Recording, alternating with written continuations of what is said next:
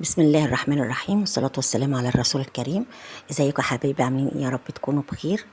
النهارده ان شاء الله معادنا مع فيديو جديد. بس يا ريت لو كنت اول مرة تشوفين تشتركي في القناة وتدوسي زر الجرس وتدوسي على كلمة الكل عشان يوصلك مني كل جديد، وتدوسي على لايك عشان الفيديو يرتفع. ان شاء الله هنعمل النهارده فيديو جديد. يعني طبعا حاجة طبعا كلنا بنحبها جدا، ومهما كان الحر بقى، السقعة، أي حاجة بنقدرش نستغنى إن احنا ما نعملهاش. أنا بصراحة هنعمل النهاردة المحشي. أنا صراحة بعملها، مش عارفة ليه بعمل أسرع حاجة بعملها هي المحشي. يعني أنا لأن أنا ببقى عاملة حسابي إن أنا بقى هعمل محشي وهيبقى الوقت كبير، وهبقى هاخد وقت في المحشي، فببدأ بدري جدا. تاني حاجة بعمله بنظام، يعني بعمل بنظام الحاجة بإيدي الأول، ده الأول ده الأول، فبتلاقيني بعمله بسرعة يعني سبحان الله. بس أنا بقى لو جيت يوم عليا مثلا ما كنتش جايبة الحاجة بتاعته، واضطريت ان انا انزل اجيب الحاجة وبعدين اجي اعمله، هو ده الوقت اللي بيتأخر عليا جدا بقى، وبياكلوا متأخر قوي قوي يعني. فانا اتعودت خلاص ان انا لما كان عندي عايزة تعملي محشي يبقى انت لازم تحضري حاجته قبلها بيوم، عشان خاطر تبدأي بدري الصبح. بيبقى يا دوبك بعد الفطار على طول نفطر، وبعد كده اشيل حاجات الفطار، ريح 5 دقايق كده 10 دقايق، واقوم داخله بقى بادئه في الحاجه بالترتيب.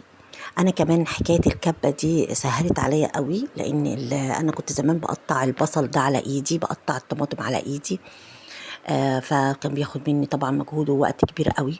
دلوقتي انا بعمل في الكبه الحاجات اللي انا بعملها دي، اللي كنت على ايدي، اللي هي مثلا البصل. انا بقطع البصل بحطه في الكبه، بنعمه بقى على قد ما انا عايزه. يعني انا دلوقتي عايزه ناعم قوي بطلعه ناعم قوي، عايزه نص نص بطلعه نص نص. فانا طبعا عجبتني قوي الموضوع بتاع الكب ده، فانا بعمله على طول دلوقتي، بقى سهل عليا، اسرع من الاول كمان.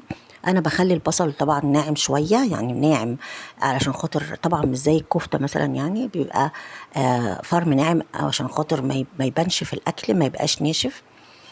وبحط الطماطم بقى هي العكس، الطماطم يعني مش بحاول اهرسها قوي، بحاول ان انا اضربها تكون فيها حتت كده قطع.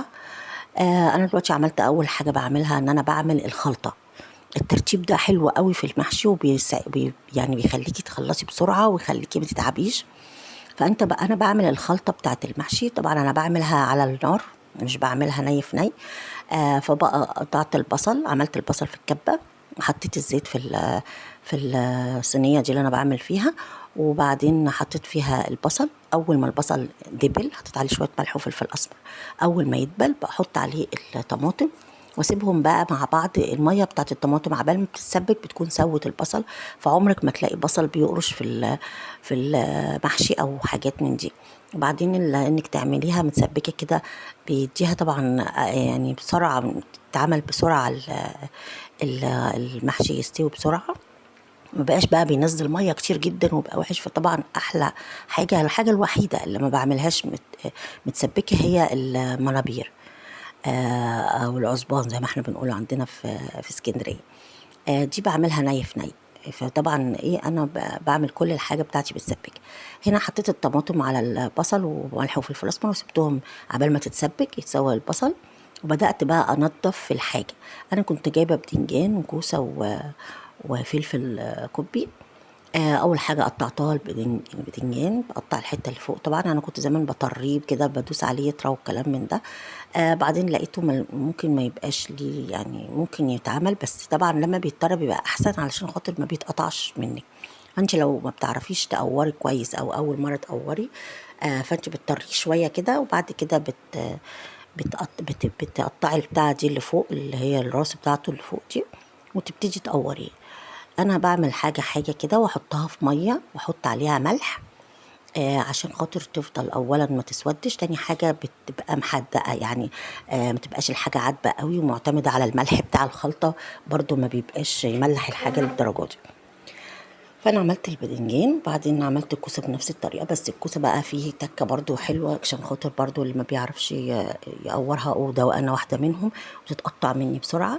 انا بحط حرفها كده في الملح كده زي ما انتم شايفين، بحط شويه ملح على جنب، وبعدين احط اللي هي اقطع الحته اللي فوق خالص بتاعه الكوسه، واغرزها كده في الملح، وبعد كده نسيبها شويه عبال ما اكمل الكوسه كلها بتكون اتعملت، دبلت شويه الوش بتاعها اللي فوق اللي هو الحرف ده اللي بندخل فيه المقوره.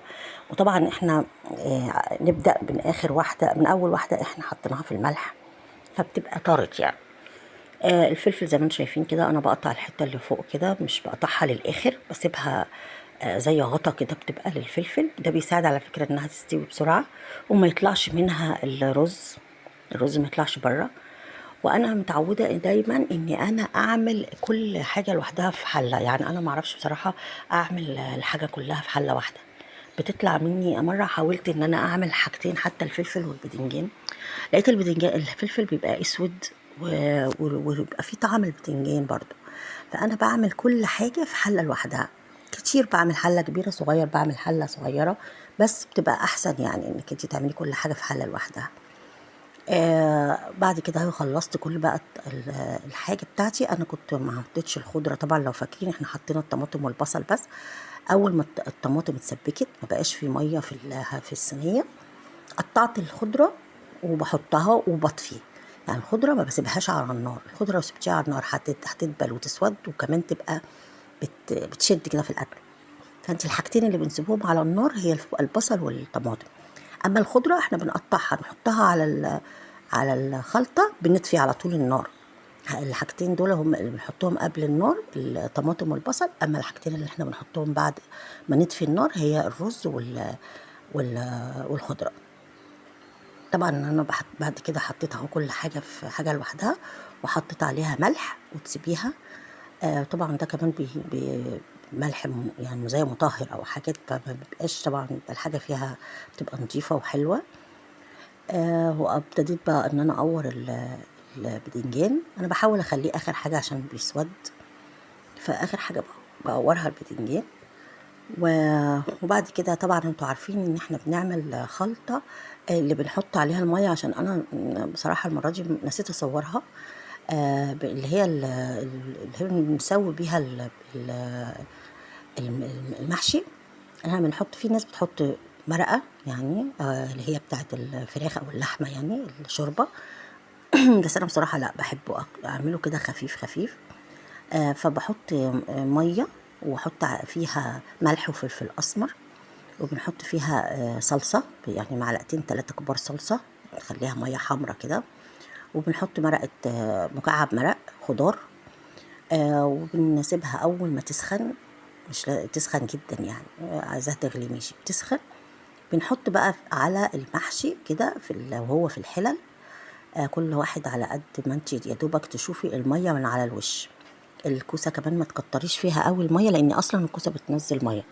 فاحنا بنحط يعني الميه على اساس بس يبقى فيه على الوش كده ميه، وبنحط حاجه عليها تكمريها يعني طبق، طبعا ما يكونش بيتفرقع. طبق غطا حله اصغر منه.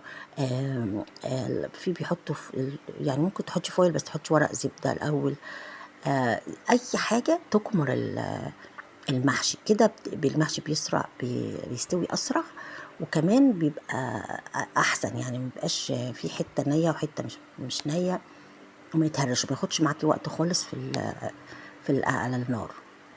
احنا بنفرش هنا حاجه تحت في الكوسه بس، انا بفرش في الكوسه بس اللي هي التقوير بتاعها. طبعا ده بعد ما بتخلصي المحشي ممكن تكليف، بيبقى في منتهى الجمال طبعا، وهو اصلا مفيد جدا. فانا ما برموش، بس ما بحطش كتير قوي يعني عشان خاطر ما ياخدش ميه وكده في المحشي. بحط طبقه بسيطه كده في الاخر وفي الاول، بنحط عليها شويه ملح وفلفل اسمر، وبعد كده بنرص فوقيها الكوسه. وطبعا احنا لما بنحط المحشي على النار بنحطه لغايه ما الميه تغلي، يعني بنبقى حاطينه على نار عاديه لحد ما الميه تغلي. اول ما الميه بتاعته تغلي بنقوم موطيين عليه النار جدا، يا اما نحط تحته شياطه.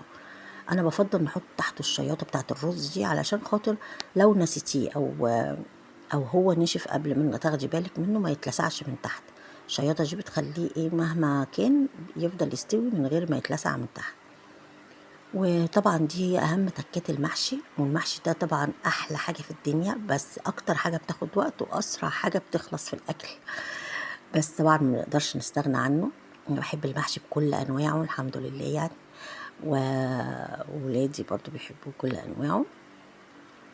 وان شاء الله باذن الله كده يكون عجبكم، ولو انتوا جربتوا الطريقه بتاعتي دي هتبقى سهله وهتبقى سريعه، وكمان النظام ده هيخليكي ما تتعبيش خالص. طبعا انا بقعد بعمل كل الحاجات دي وبعدين بقعد احشي وانضف وكل حاجه، بس انا ما بعرفش اصور وانا قاعده لان بيطلع وشي في الكاميرا، فانا بقى واقفه. لكن انا في الحقيقه عادي بعد ما بخلص الخلطه بقعد بقى وابتدي انضف كل الحاجه وبعدين احشي كل ده وانا قاعده، فما بيبقاش فيها تعب قوي، يعني بتبقى حاجه سهله بالنسبه لي، احسن من انك تقفي تعملي خضار. زي ما انتم شايفين احنا بنحط الطبق ده على كله، بس انا حطيته على الاولاني وبعدين قلت عشان اصور لكم شكل الاول الحلل كده وهي فيها المحشي وبعدين احط عليها. وطبعا كلناه بالهنا والشفا، وان شاء الله تجربوا ويعجبكم طريقتي، وبالهنا والشفا. والسلام عليكم ورحمه الله وبركاته.